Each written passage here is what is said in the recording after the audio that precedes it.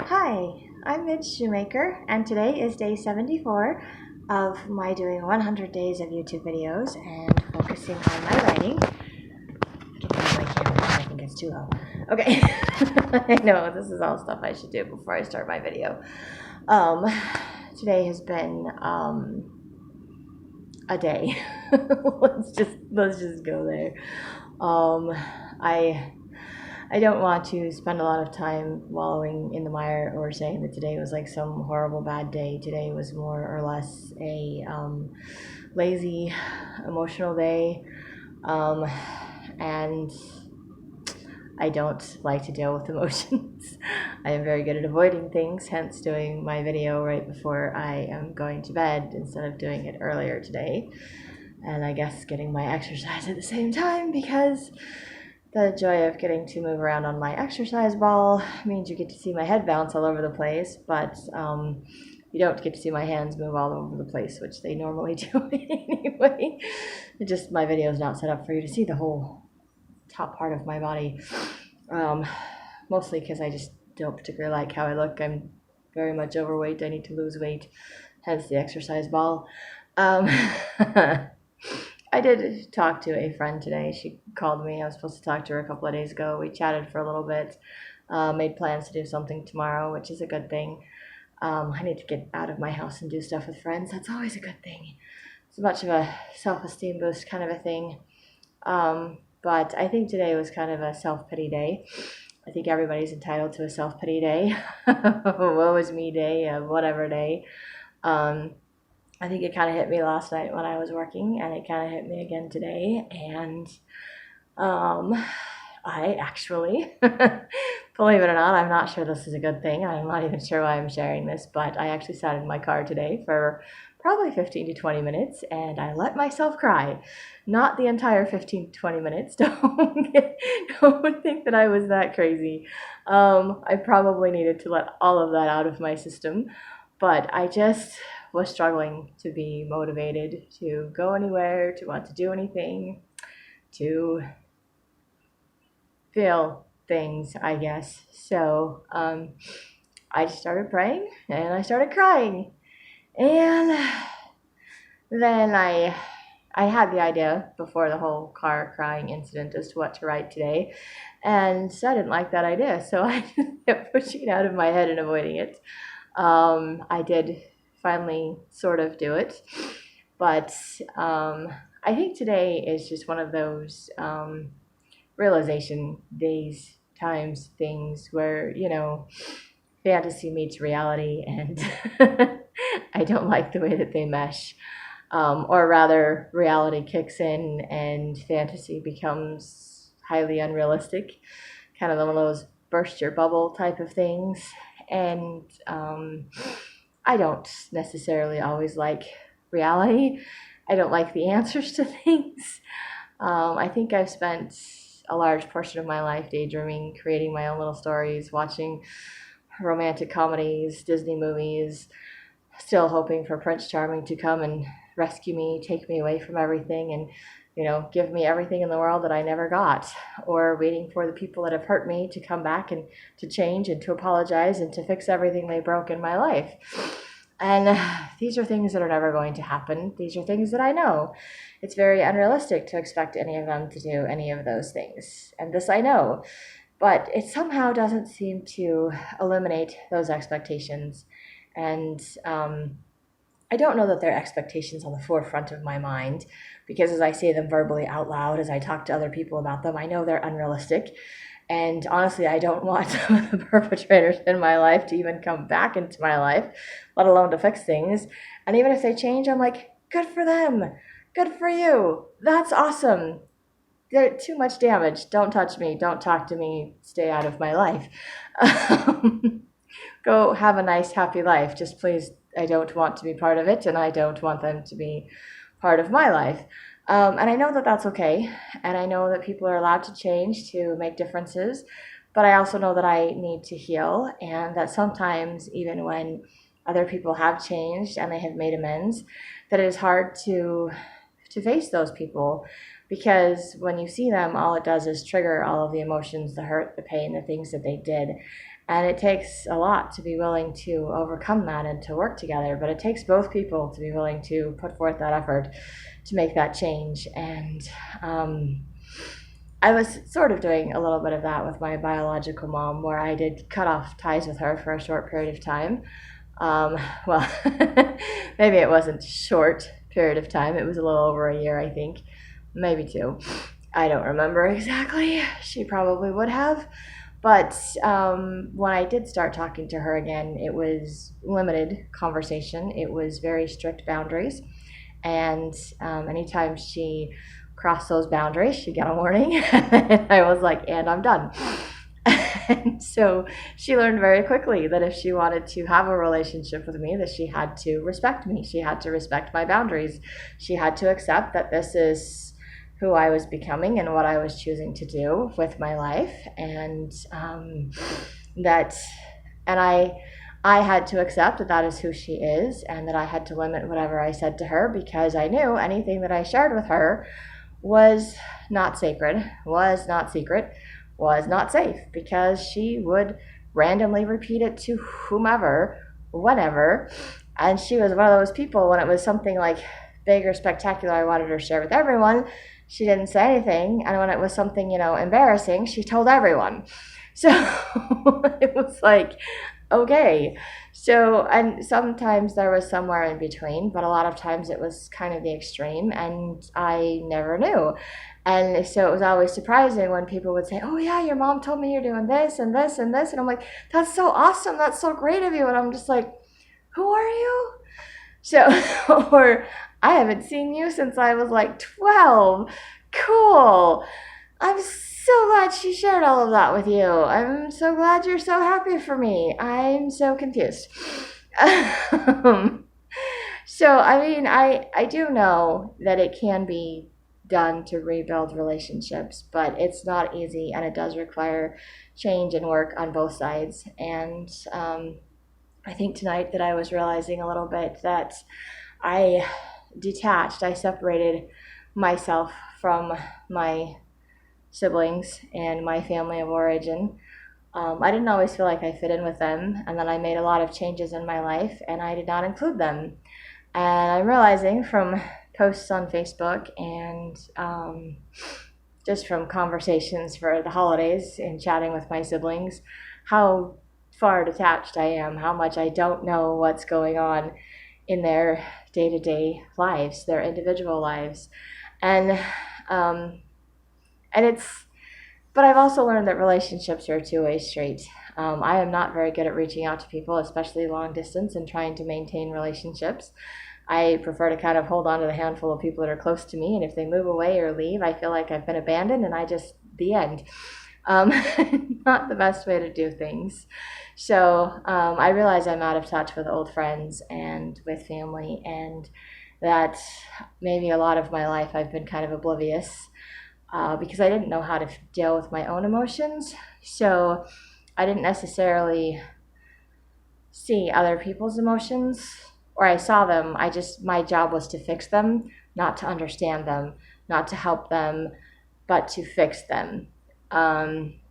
So whatever the quickest solution was to get people to smile, to get them to stop crying, to get them to pretend to get along, that was my job. That's what I did. To put a Band-Aid on the situation, cover it up, and everybody's happy. Only nobody was actually happy from doing that. And the reality is I wasn't seeing myself clearly. And because I couldn't see myself clearly, I couldn't see my pain clearly, I couldn't see my life clearly, I couldn't see anybody else's either. So I did end up being selfish, which I didn't think that I was, because everyone always got what they wanted from me, and I was always on empty. I always tried to go overboard, to find the perfect present, to make people perfectly happy, to get to know all their little things that they liked. And I used to be excellent at picking out presents and doing things for people, and now I don't. Like, I don't even know people well enough. I haven't talked to them in like forever. I don't know what they want anymore. I don't know what they like anymore. So, and this year, I'm like, I didn't try to do that. I just gave them stuff that I wrote, stuff that I made up, because I didn't know what else to do, and I didn't have like a whole lot of extra money to spend on it. Probably the cheapest Christmas I've had in a long time, monetary-wise, but not necessarily time-wise. I've probably put in way more time and effort making presents this year than I have in years, and I still have one that I just started tonight, and I still haven't finished, so I am hoping to finish it in the next day or two so I can ship those off and be done with Christmas, because it is a new year. And so tonight, um, I guess thinking about the new year, I did mention probably yesterday that I don't really do New Year's resolutions because I don't. But I guess in crying and thinking about my life and realizing I probably have very unrealistic expectations of life and things. And since I've mentioned before in my video, 6 is my favorite number, I felt impressed and I did not follow through exactly with my thoughts and impressions because initially I was going to type up a document and basically list all the things that I want and how realistic they are and what's a realistic time frame in actually accomplishing these things. Is there a realistic time frame in accomplishing these things? Or are they, completely fictional, fantasy, never going to happen in my life things? And then I was going to type up something that is, more realistic, like what can I do in the near future or this year? What can I guarantee that I accomplish? What are things that I can do to make my life feel fulfilled now without accomplishing or obtaining my fantasy goals? And I did 6 fantasy goals, and I did not type up the other things that I can do to make my life better. I thought about it. I know what things I can do. I know what things I need to do. And I know that those are all things that I am working towards doing. Well, maybe not all of them, but I find it kind of interesting that as I listed even my fantasy goals, that none of them actually mentioned my finances. They were mostly about relationships. At least half. There were 6, so 3 of them, I think. Maybe 2 were about relationships. I think 2 were about relationships. I don't know. I don't remember now. I know the first one is I put that it's a gigantic maybe as to whether or not it will actually happen because I did put that I would like a boyfriend because I think it would be nice to have one. I haven't had one in a very long time, and it might be nice to just have a boyfriend without the expectation of it turning into marriage, which, would ideally be nice as well. But I was kind of like hoping for my birthday, which is still several months away, or maybe not several, maybe more like a few. But, but then the reality of that is that based on my history and the fact that I'm not dating anyone, that I haven't been dating anyone, that it is very difficult to meet men with the same standards that I have. I was going to say it's not difficult to meet men. I've met quite a few that have hit on me recently, some of them somewhat creepy, but none of who have the same standards, like religious standards, personal standards, or beliefs that I have. And I don't want to, I'm not willing to lower my standards to be with some man, to fill some void temporarily. I've tried that. That doesn't work. It doesn't. I think I end up feeling more empty and lonely than I did before. It's not remotely satisfying. And it's not the type of relationship I want. I want, I don't know. I want a boyfriend, a friend, a guy that I can talk to, that we can hang out, that we can do stuff together, we can support each other, we can have lovely conversations, we can laugh, we can play, we can have serious conversations. Maybe cry someday, but I don't know. That one's a little bit further out there.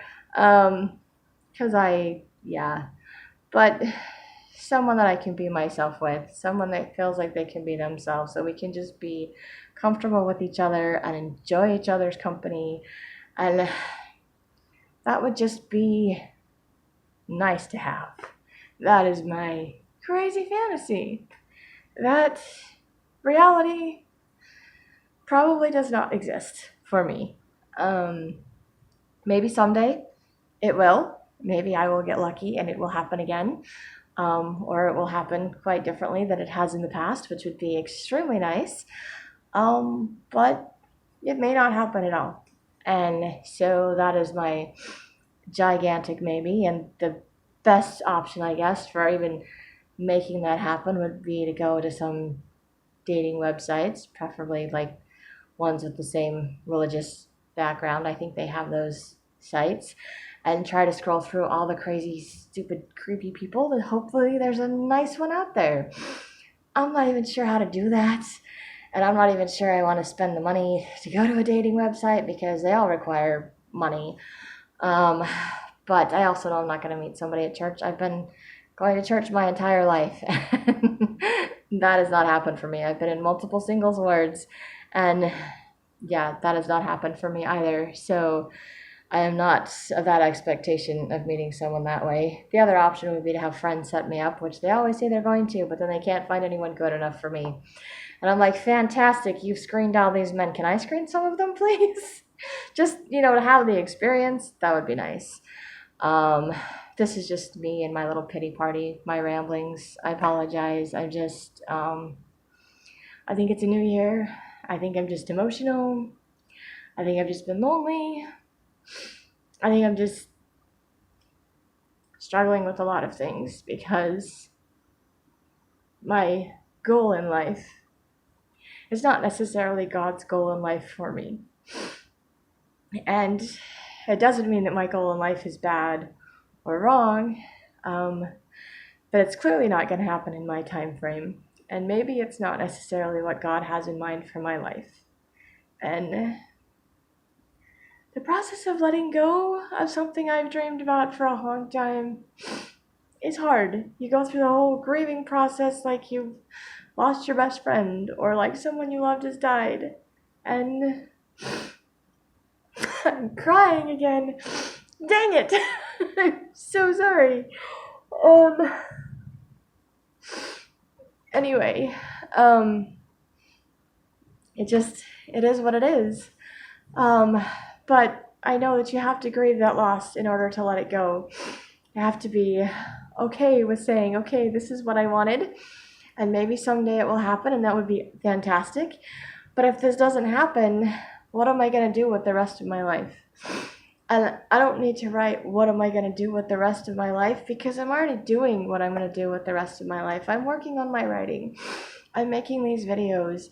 I am making friends that I am doing stuff with that are helping me. I am working on trying to become a better person, to be a better example, to get closer to my Savior, to apply the atonement more in my life, to fill the void and the emptiness in my heart with God and with the gospel and with friends and with family, and knowing that I'm okay, who I am and where I am, and accepting reality instead of daydreaming about something that I may or may not ever have in my life. And as long as I keep expecting my life to be different, and I keep expecting Prince Charming to come and rescue me, I'm never going to find Prince Charming. I don't think Prince Charming actually exists. There might be different Prince Charmings in different people's lives. I don't know. Maybe you think the person you're with is your Prince Charming, and that's awesome. I have not found a Prince Charming in my life. Can't even say that about my ex. Any of them. I've only had one ex-husband, but I do have ex-fiance, and I don't know that I have ex-boyfriends. I have men that I've dated, but we were never like officially discussed being boyfriend and girlfriend, so I can't even say I have ex-boyfriends. That's just randomly crazy. I just have not done a lot of dating in my life. So, like, I have all of 2 exes. Maybe that's really sad. Maybe because I didn't date a whole bunch of people in high school and learn how to have relationships. I just kind of put all of my fantasies and my dreams into that person that I was with. And then when those fantasies weren't fulfilled, I I don't know, I kept expecting it to happen. I lived in a state of denial, thinking, well, this is my dream. This is what I asked for. This is what I wanted. I have everything I want. Not really, but I'm pretending. I'm really good at pretending. I'm really good at putting a Band-Aid on the situation and making everything look pretty from the outside. I was trained to do that. I'm a pro at that. What I am not a pro at is actually, delving in and getting out all of the pus and the emotions and all of the ugly. And it's not really ugly. It's just reality. It's just messy. It's not organized like a movie. Life doesn't work like movies. I know it doesn't, but it's one of those mentally things. I know that, but emotionally I keep trying to make it happen like that. And I am willing to work on relationships. I am willing to try to make things work, but I'm just not entirely sure how to go about doing it, which I think I've been learning a lot about myself and about how to see myself more clearly. And I feel like as I see myself more clearly, I can see other people more clearly. And I'm learning that I have to take care of myself in order to take care of other people. And I keep thinking, but if I had someone else to take care of, I take better care of myself because I have to make myself nice for the other person. But the bottom line is, if I'm always doing it for the other person, when the other person's not there, I don't do it. And then I turn into a giant mess, or I don't know who I am. It's I don't know if you've ever watched Phineas and Ferb, but it reminds me of an episode of Phineas and Ferb where Phineas and Ferb decide to have a do-nothing day, and they just decide they're going to lay in the grass all day and do absolutely nothing. And Candace is like, yay, well, they're doing nothing. I have something else I can do for the day. And then she starts to realize that she's going to call her best friend. She's going to call her boyfriend. She's going to tell them all the stuff that her brothers are doing. She's going to call her mom and tell her mom what trouble her brothers are getting into. And they're not getting into any trouble. And she starts freaking out about the entire thing, like, how can she do this? And then she stops for a second and she realizes that she spends all of her time trying to bust her brothers. And if she's not busting her brothers, she goes, who is Candace? And that kind of rings true for me, I guess. Maybe that's why I like some cartoons and random things like that, because even though it's supposed to be funny, it's real. Because I get so caught up when I'm in relationships, or when I've been in relationships, or even my fantasy world relationships. I become the other person. I give up who I am to make other people happy. And then if I'm not with those people, if I become abandoned by those people, then I'm like, who is Midge? What's wrong with Midge? What did I do wrong? How can I change this? How can I fix this?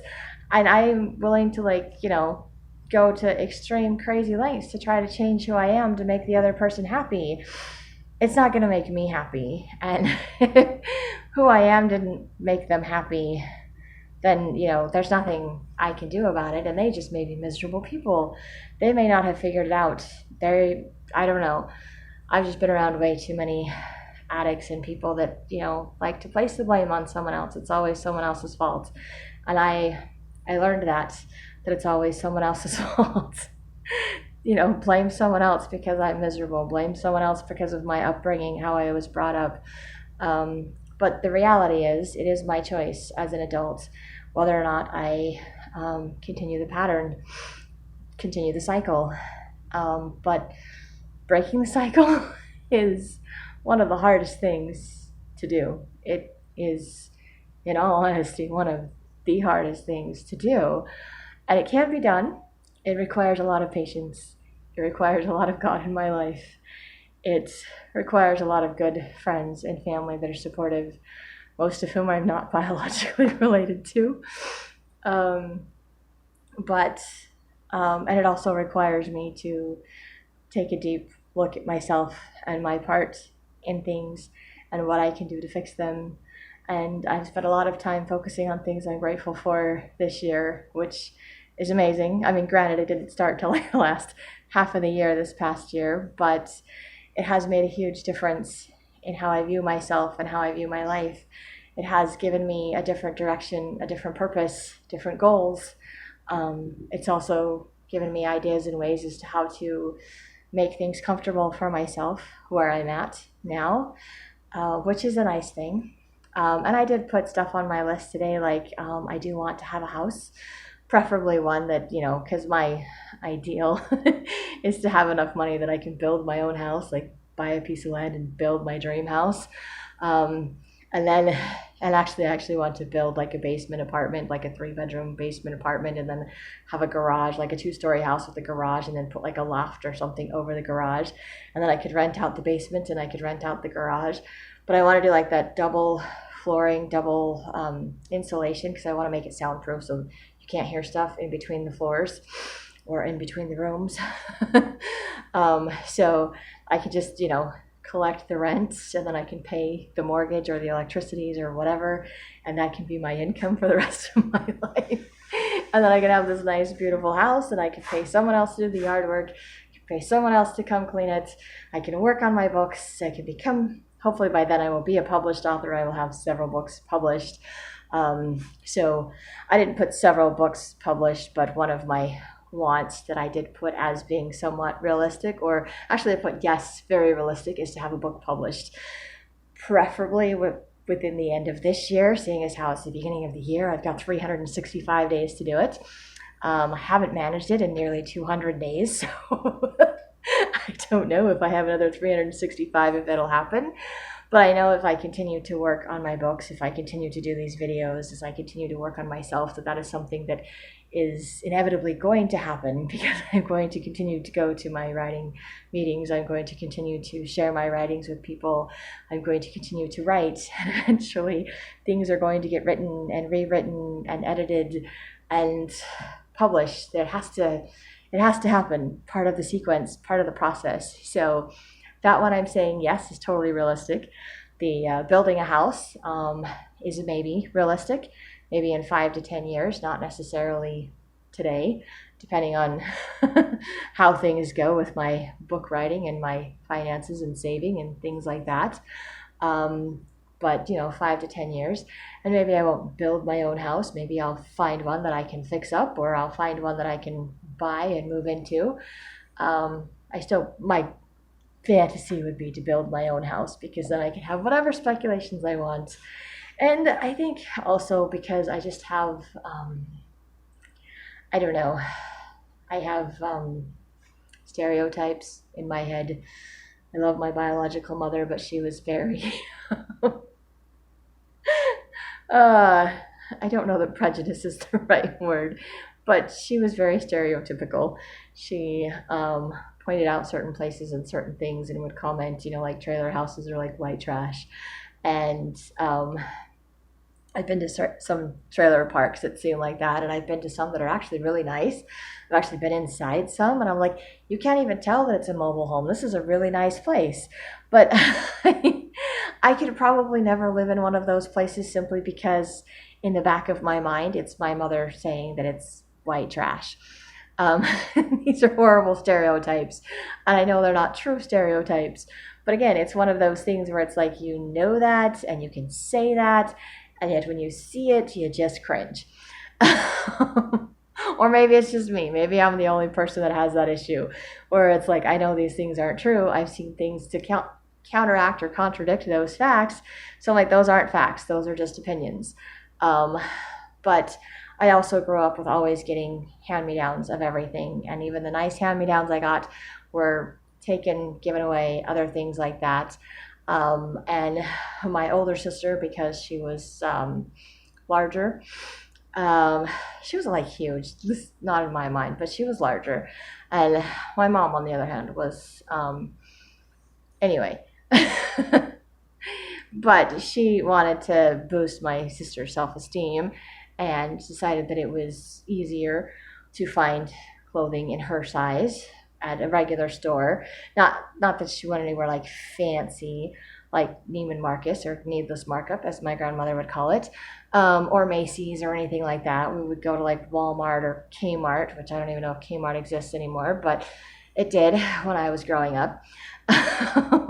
So I think it turned into Shopko, and I'm not even sure if Shopko exists anymore, because I think it was Kmart and then it became Shopko, because there was some issue with Kmart Walmart thing, which was dumb. and then it became Shopko, and then I think it went out of business, or maybe it still exists. I just haven't seen one in years or been to one in years.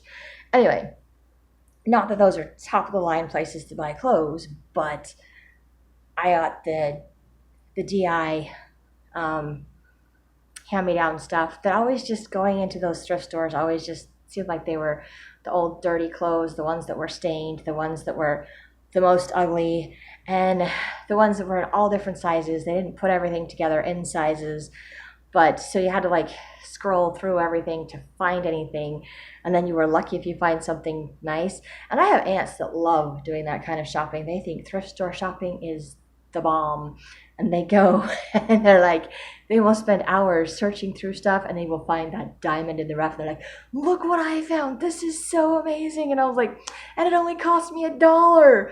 And I'm like, yay, and you spent like 5 hours looking for that thing. I hate shopping at thrift stores.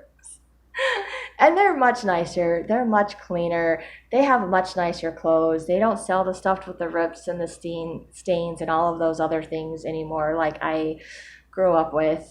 I also did not have the same taste in clothes as my mother, and I do not have the same taste in clothes as my daughter. And when I take her shopping, I have to be extremely patient because she doesn't like to pick out her clothes. And I'm like, you need to pick out what you like, or I will pick out what I like, and you don't like what I like. So, but I at least give her the option to say no. To tell me what she does like, to try to find things that she's interested in, because I don't like the fighting and because I don't want shopping to be a traumatic experience for her. Although I'm pretty sure I've made it traumatic for her on more than one occasion from the tantrums that she's thrown when I've gone shopping with her. But I have had some successful shopping trips as well. So she likes to go shopping. She just doesn't, I think she just likes running around the store and looking at stuff, but she doesn't like picking out clothes. And it's like, you gotta pick them out because if you don't, I will, and then you won't wear them. So it's just one of those nightmarish things to deal with. But anyway, I digress. I ramble. This is what I do. This is my venting for the new year, I guess. I mean, I know I've had a good year. I know I have learned a lot about myself. I know I have a lot of things to learn about myself. And the point of the DI story, thrift store story, is my ideal of getting a brand new house, kind of like a clean slate, something brand new, something to, I don't know, reward myself for all of my hard work, to say, hey, look what I did, look what I earned, look what I have. Like, it makes me feel like I'm deserving to have something brand new versus something that's used. And yet I've got used stuff that I like. I've purchased used stuff that I like and I use, and it's not or I've gotten cheap bargain deal stuff. It's not like I'm anti all of those things. It's a mental stereotype thing. And it's like when I got a brand new car, let me tell you, I take better care of my car than I take care of my house or my rental places or my stuff. But if it's like brand new, then I'm like extra careful with it. It's extra special. But if it's cheap stuff that I just bought, just whatever, or easily replaced stuff, I just don't put as much stock into taking care of it, I guess.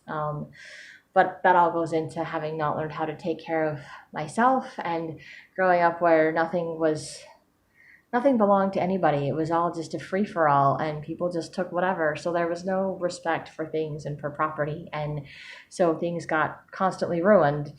Not necessarily by me, but maybe sometimes by me, by the dog, by other siblings. I had brothers.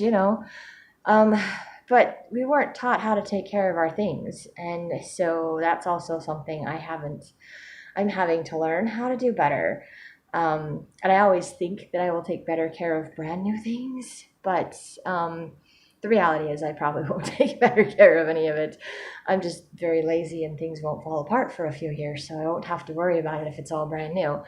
And then I can pick things out and have it to be just exactly how I want it instead of having to make do and fix things up with what I can afford and what I have.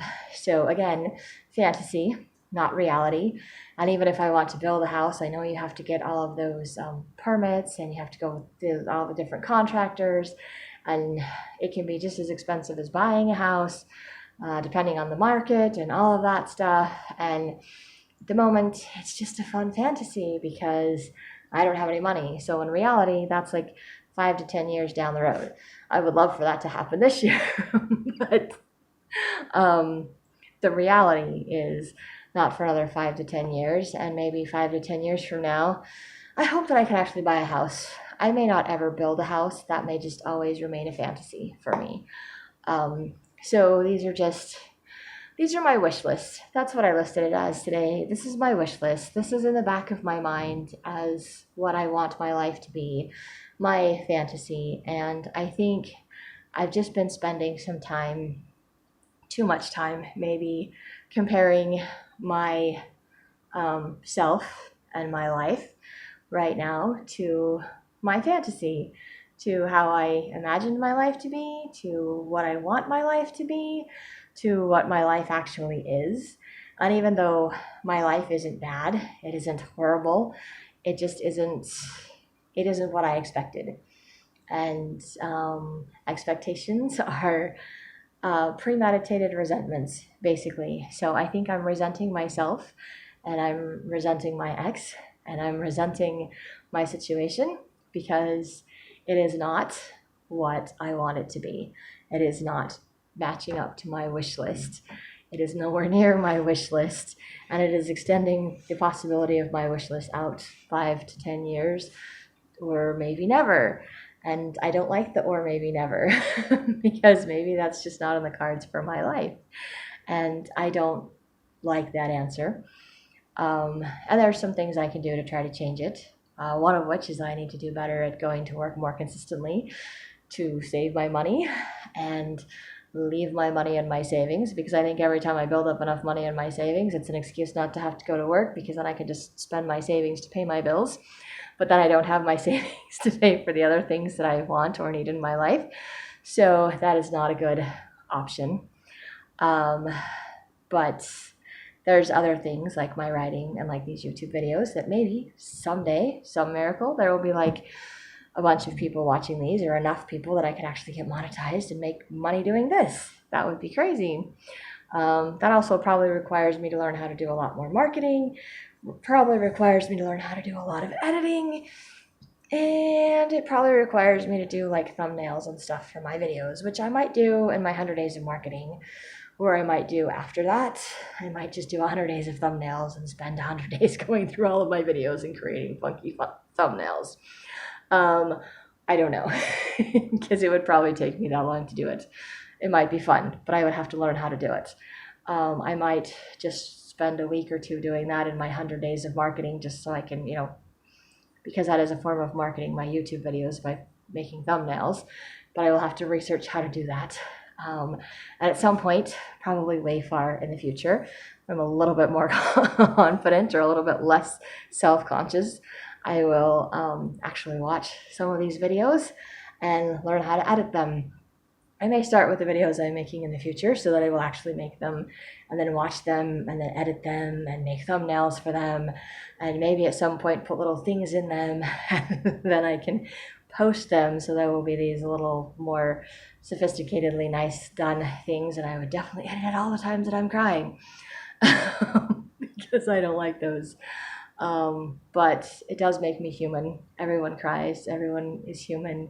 And I have to admit that, as odd as it seems, after crying and then going to get something to eat and then coming home, I actually oddly felt a little bit lighter, a little bit better.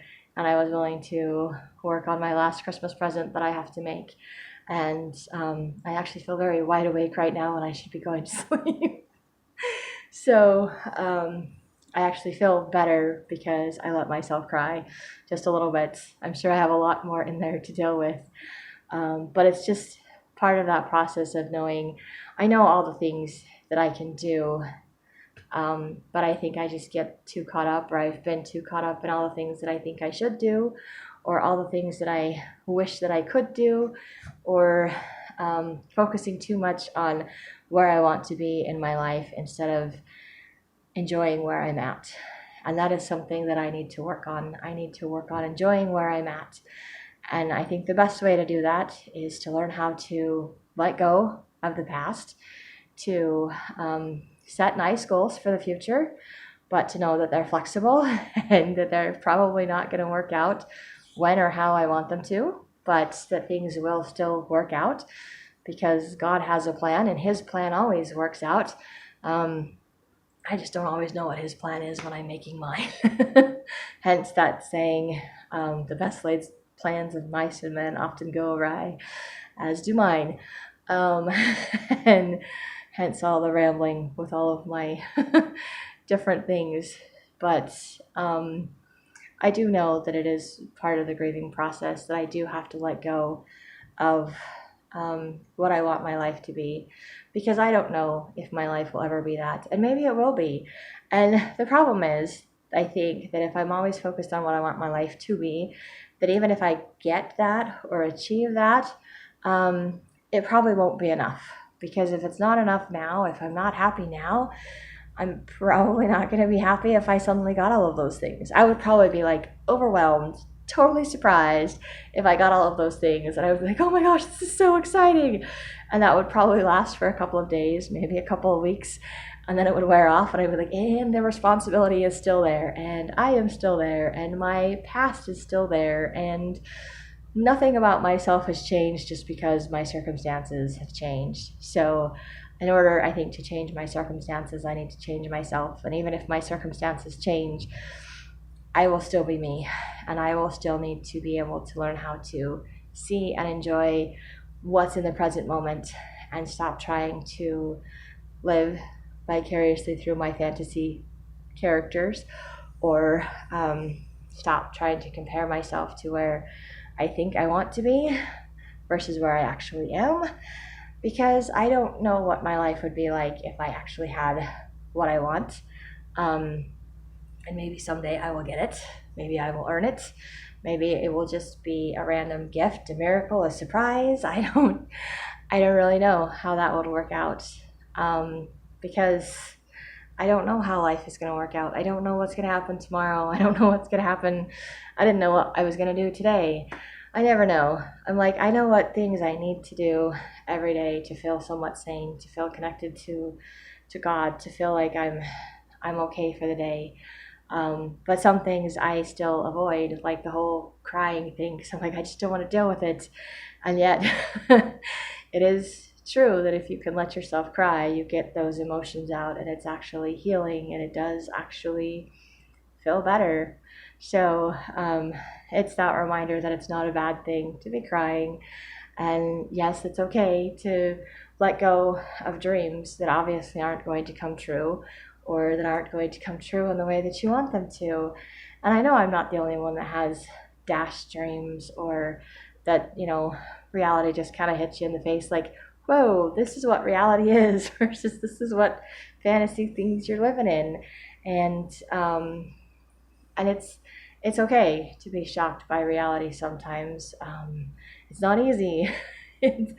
But I realize it's that part of the process that I need to go through to see myself more clearly, to see others around me clearly, to live in the present moment so that I can pay attention and be aware of what's going on in my life and who's in my life, and to be appreciative of those people and those things in my life, instead of spurning what people are offering because it's not what I think that I want, or because it's not meeting my my fantasy of what my future life will be.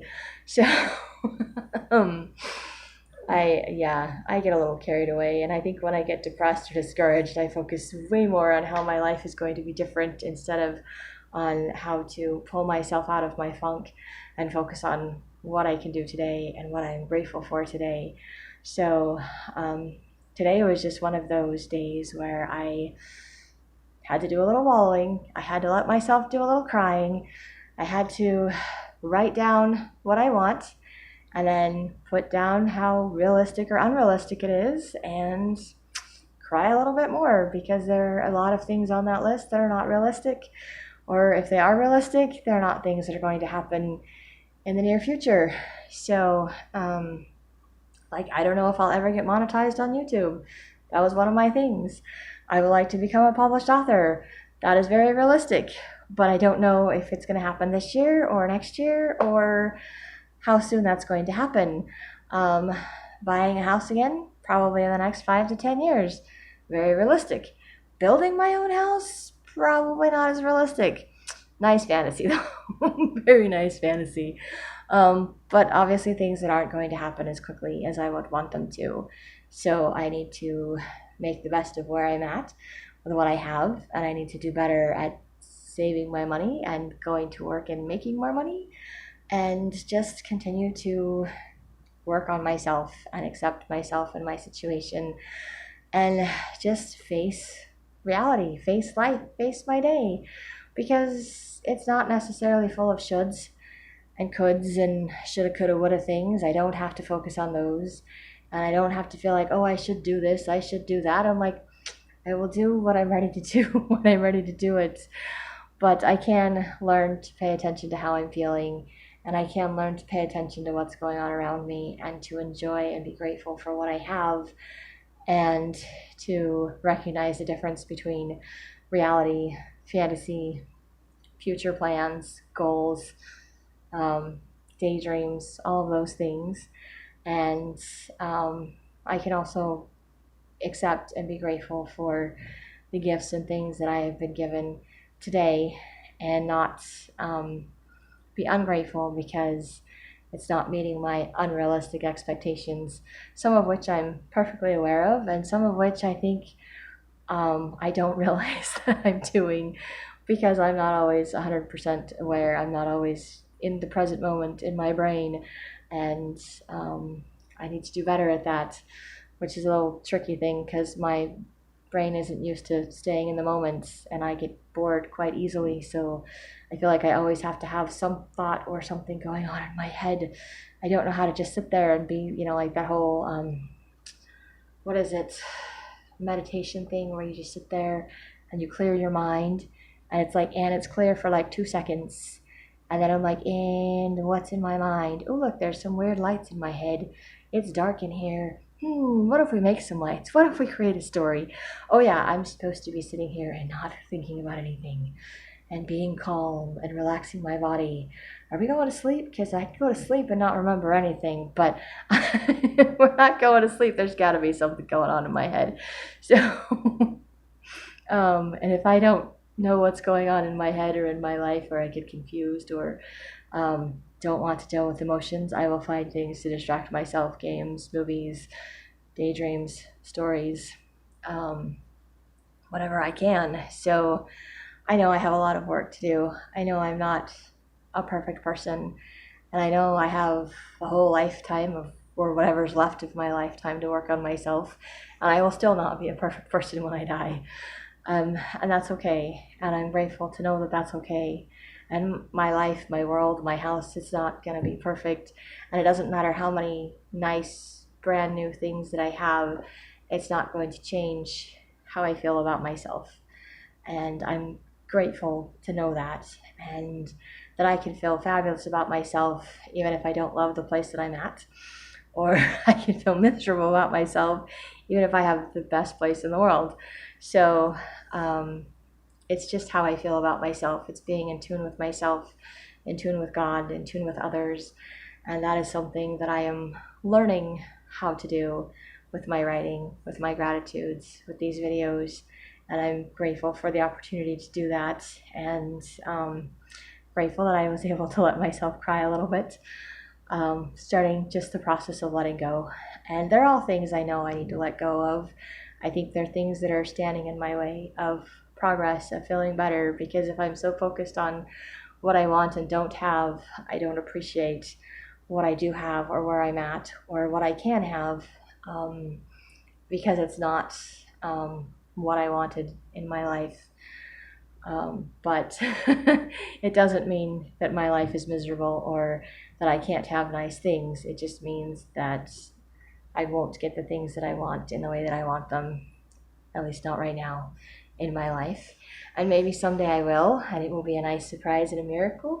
Or maybe someday I will change what I want, and I will learn to be happy with what I have, and I will be grateful and excited to have books published, which I'm hoping will happen. And my focus and my direction will change. And I will be grateful that I don't have those other things and distractions and relationships, because it's made me who I am, because it's helped me to create the stories that I have.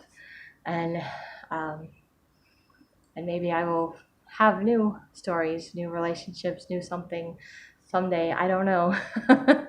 I don't know. I don't know what the future holds. I really have no idea. But if you're curious, you can hit the like button. You can hit the subscribe button so you can see what all of my future videos will be. um, or you can share this with someone else if you think they'll find it entertaining too. And that's kind of, I know I didn't focus a lot on writing. It was more kind of just the process of letting go and focusing on positive things that I'm already doing with my life. I've already changed the direction I'm going in my life. I just needed to let go of the other things that I want, or recognize that those aren't things that are going to happen in the near future. So I need to stop moping because I don't have them and start working towards obtaining them, or obtaining whatever else it is that God has in store for me that's probably better, and definitely something that I can't see because I'm too focused on what I don't have that I want. So, yeah, and I need to do better at taking care of what I need versus trying to get what I want. Um, anyway, I think I have rambled very long tonight, which I apparently needed to do. So thank you for listening, and I hope you have a great day full of gratitude and maybe some writing.